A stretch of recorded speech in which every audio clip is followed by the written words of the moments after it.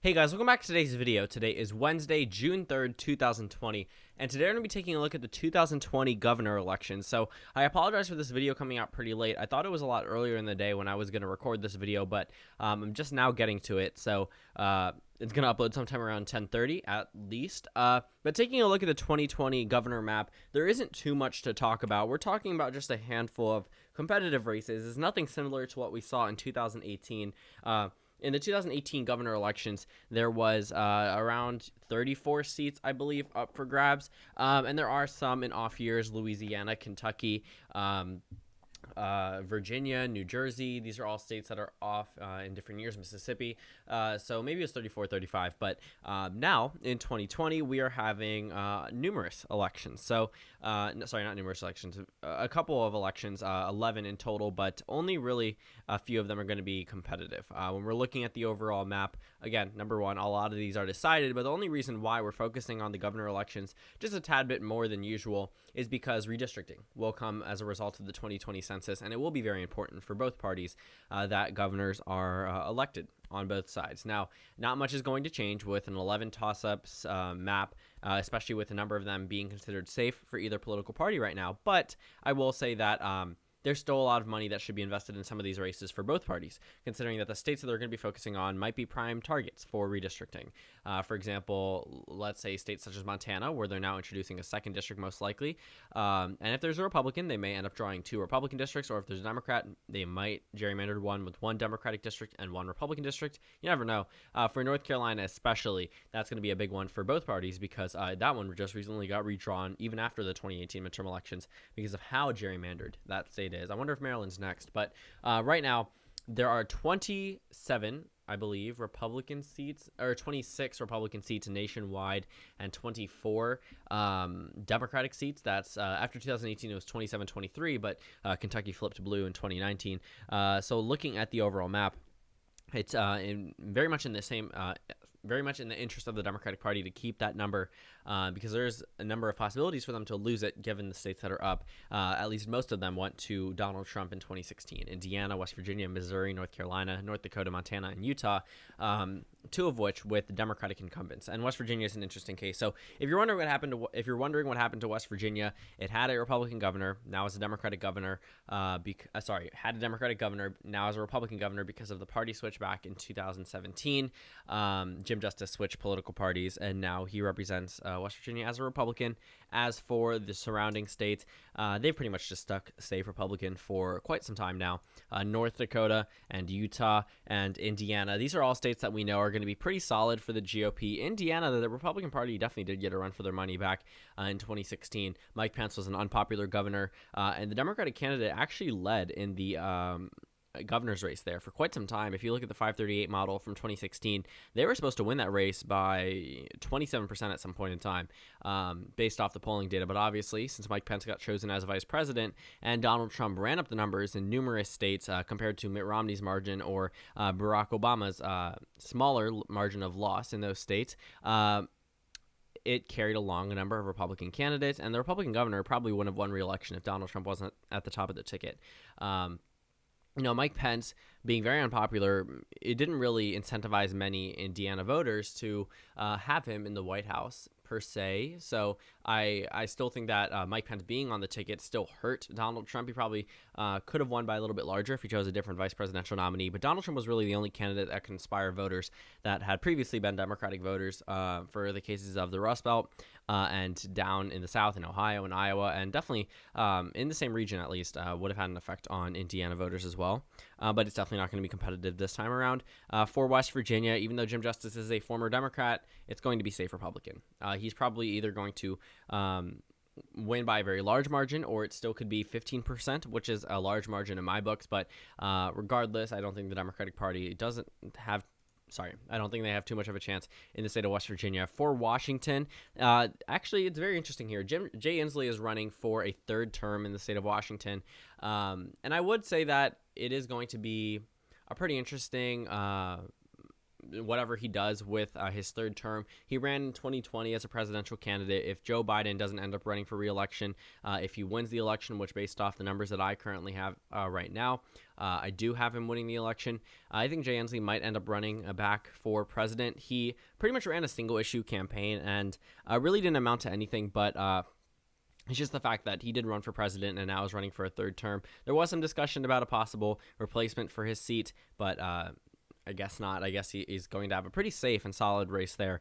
And the same thing for the Democrats on the presidential level. Delaware, Joe Biden's home state, is going to be very solid for the Democratic Party in these states, Washington and Delaware. But for the rest of these states, they're going to be pretty close, at least within reason, within less than 15%. Now, Missouri may come as a surprise. Missouri I used to characterize as a safe Republican seat. I moved it over into likely in my recent prediction, but it is possible that it does move down to lean. Looking at Mike Parson's chances at winning re-election, they have narrowed just a tad bit. First of all, he was not democratically elected the last time there was a Missouri governor election. There was a very close Senate election in 2016 and a very close, not very as close, but pretty close governor election as well. In 2020, or 2018 actually, sorry, Governor Eric Greitens resigned and Mike Parson took over. And now he is the incumbent governor from the state of Missouri, and he's only leading by around an 8% margin in terms of polling data. And given that the state of Missouri is a very solid state, that is always very interesting.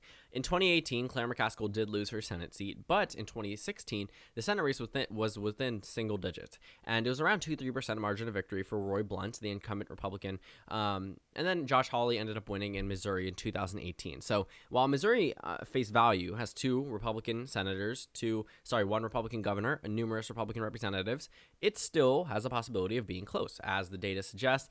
Not so much on the presidential level, but I do think that it will be mildly close in this governor election. I do think that the Republican Party will win their re-election in that state, but I will say that it's not going to be as safe. And I said has the possibility of moving down to the lean column, but I'm just not seeing it. For New Hampshire and Vermont, I'd pretty much characterize them the same each time. These are two states that pretty much they are reelected every 2 years. These governors, they run for reelection every 2 years. So yes, you saw these up in 2018.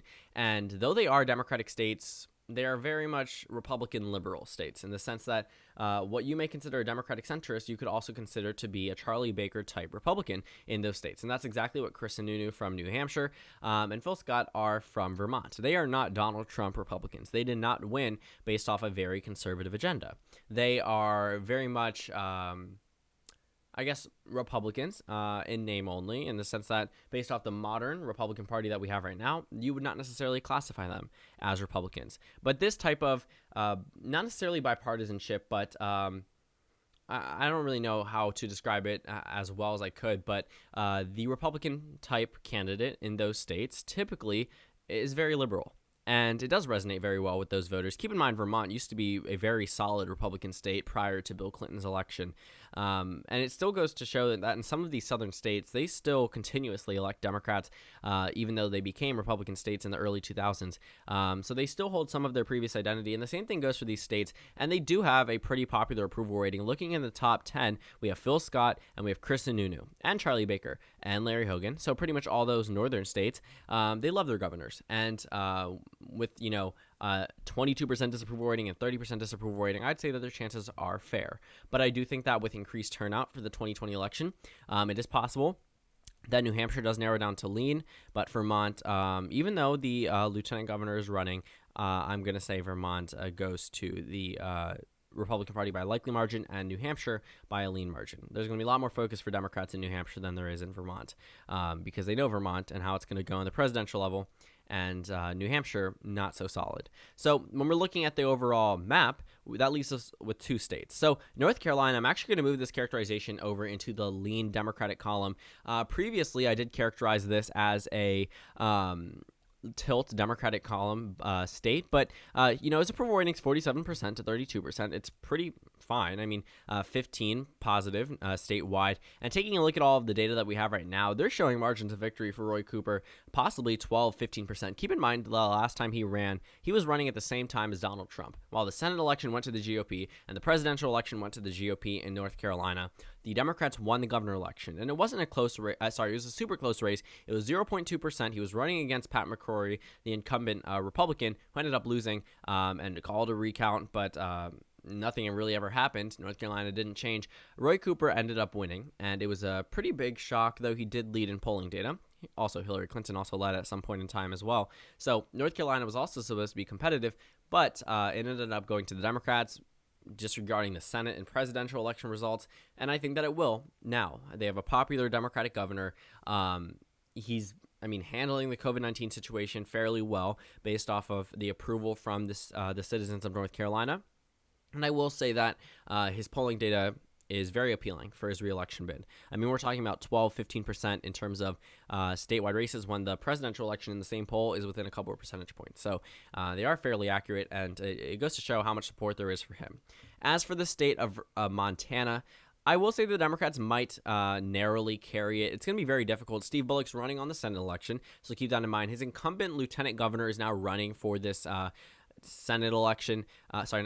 governor election, and he won the primary. So he's going to face off against, I believe, Greg Gianforte in this Montana governor election. He's the incumbent representative. But Montana right now, I will say, will go to the Democratic Party very narrowly. It's, again, we're talking about a heightened sense of failure for the GOP and the president in terms of his handling of the entire, number one, COVID-19 situation and the protests that are happening nationwide. And all of this is going to negatively impact him on Election Day. And I do think that, again, these are if the election was held today, the Democratic Party would retain the same amount of seats. The Republican Party would be able to hold on to a number of seats as well. Some people do think that Vermont and New Hampshire will be a lot more competitive because it is a presidential election year, but again, they're probably not going to, especially with popular governors. I can tell you Larry Hogan in Maryland would win if it was a presidential election year. Doesn't really matter. As long as they're mildly popular and they have a pretty strong incumbency factor in those states. And as 2018 proved, both of these candidates won. So for the Democratic Party, I think with Steve Bullock being on the top of the ticket for the Senate election, not top, but being in the Senate election, I do think that will entice more voters to vote for the incumbent lieutenant governor.